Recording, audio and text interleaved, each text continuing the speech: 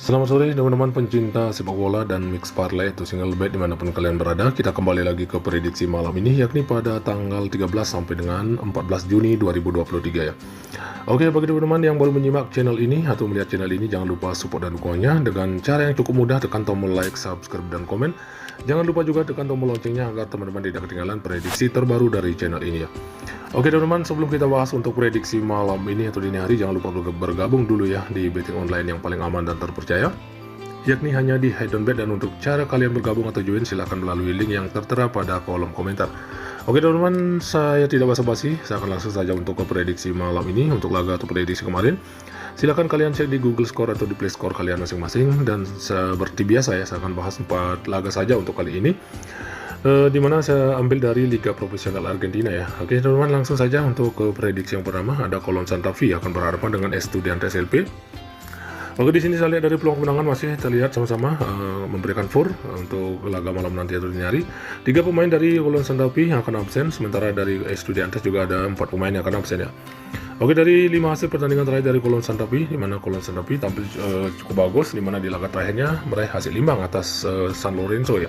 Sedangkan untuk Estudiantes LP juga tampil dengan cukup bagus, di mana di laga terakhirnya meraih hasil imbang juga saat berhadapan dengan Bragantino dengan skor 1-1.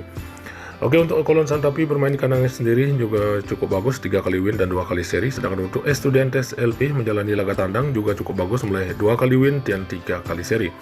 Oke, untuk head-to-head antara Colón Santa Fe dengan Estudiantes, di mana Colón Santa Fe meraih 2 kali kemenangan, sementara Estudiantes belum pernah menang dan di 3 kali pertemuannya meraih hasil imbang. Posisi peringkatnya saat ini Estudiantes LP ada di peringkat keempat dengan 35 poin, sedangkan Colón Santa Fe ada di peringkat ke-22 dengan 20 poin ya. Cukup jauh ya teman-teman. Oke, dari sedikit ringkasan keseluruhan untuk 5 laga terakhir kedua tim. Jadi saran saya untuk laga ini, saya sarankan teman-teman ambil tim tamu yakni Estudiantes LP, cukup dan min 1/4 gol dan di under 2/4 gol ya. Oke teman-teman, silahkan diambil jika sedia. Selanjutnya ada Defensa y Justicia akan berhadapan dengan Belgrano. Di sini saya lihat dari peluang kemenangan masih terlihat cukup besar ke tuan rumah yakni Defensa ya. Dari Defensa terlihat full tim, namun dari Belgrano terlihat 2 pemain yang akan absen ya. Sedangkan dari 5 pertandingan terakhir dari Defensa, di sini saya lihat cukup bagus, di mana di pertandingan terakhirnya meraih kemenangan atas Peñarol dengan skor 3-0 ya.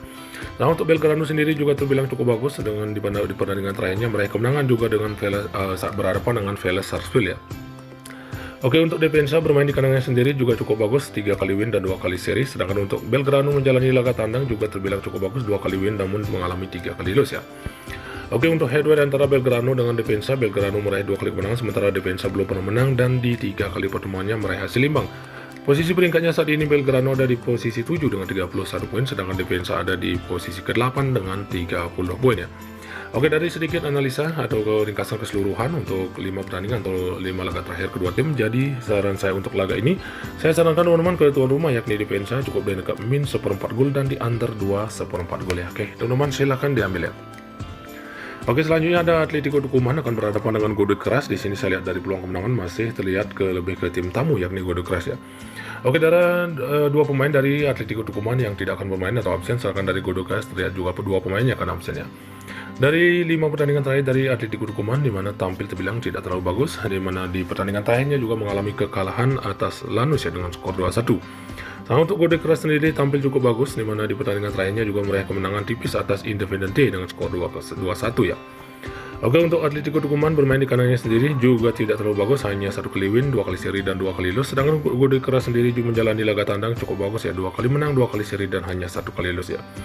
Oke, untuk head-to-head antara Atletico Tucumán dengan Godoy Cruz, di mana Atletico Tucumán 2 kali menang, sementara Godoy Cruz belum pernah menang dan di 3 kali pertemuannya meraih hasil imbang. Posisi peringkatnya saat ini Godoy Cruz ada di peringkat 10 dengan 29 poin, sedangkan Atletico Tucumán ada di posisi ke-25 ya dengan 18 poin ya.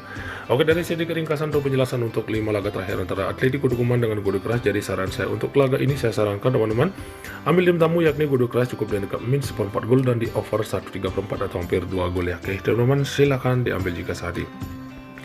Oke, untuk prediksi yang terakhir ada Gimnasia LP akan berhadapan dengan Huracan. Di sini saya lihat dari peluang kemenangan masih sama-sama memberikan for. Ada 3 pemain dari Gimnasia yang tidak akan bermain atau absen, sedangkan dari Huracan juga terlihat 2 pemain yang akan absen ya. 5 pertandingan terakhir dari Gimnasia, di mana tampil tidak terlalu bagus, di mana di laga terakhirnya juga meraih hasil imbang saat berhadapan dengan Goiás. Oke, sedangkan Huracan sendiri juga dibilang tampil cukup buruk, di mana di laga terakhirnya juga mengalami kekalahan tipis atas Danubio. Oke, dan untuk Gimnasia menjalani laga kandang sendiri ya, teman-teman, itu cukup bagus, 2 kali win, 2 kali seri dan hanya 1 kali lose. Sedangkan untuk Huracan menjalani laga tandang tidak pernah menang, hanya 1 kali seri dan 4 kali lose ya. Oke, untuk head to head antara Gimnasia dengan Huracan 1 kali menang, sementara Gimnasia 1 kali menang, dan di 3 kali pertemuan mereka berakhir imbang.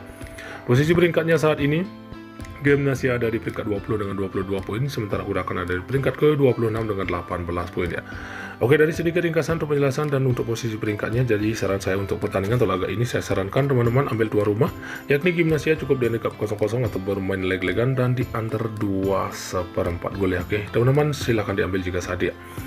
Oke teman-teman, saya rasa cukup sampai di sini untuk prediksi malam ini atau dini hari. Jika teman-teman yakin dengan prediksi saya, silakan teman-teman ambil, dan jika masih ragu, silakan diabaikan saja. Di sini saya hanya berbagi sedikit prediksi dan selalu utamakan prediksi teman-teman sendiri ya. Oke teman-teman, selamat sore, salam JP dan salam olahraga.